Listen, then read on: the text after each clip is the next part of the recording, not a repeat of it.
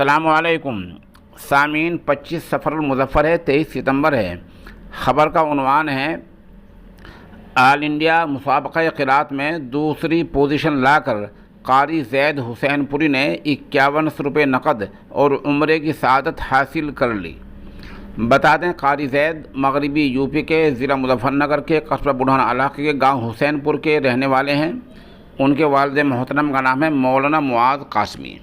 24 گھنٹے پہلے یہ مسابقہ دارالحکومت دہلی کے لودھی روڈ پر ہوا ہے، جہاں ماشاءاللہ قاری زید نے دوسری پوزیشن حاصل کی ہے، اور جیسا ہم نے بتایا ان کو عمرے کی سعادت حاصل ہو گئی ہے اور 5100 روپے نقد انعامات سے ان کو نوازا گیا ہے۔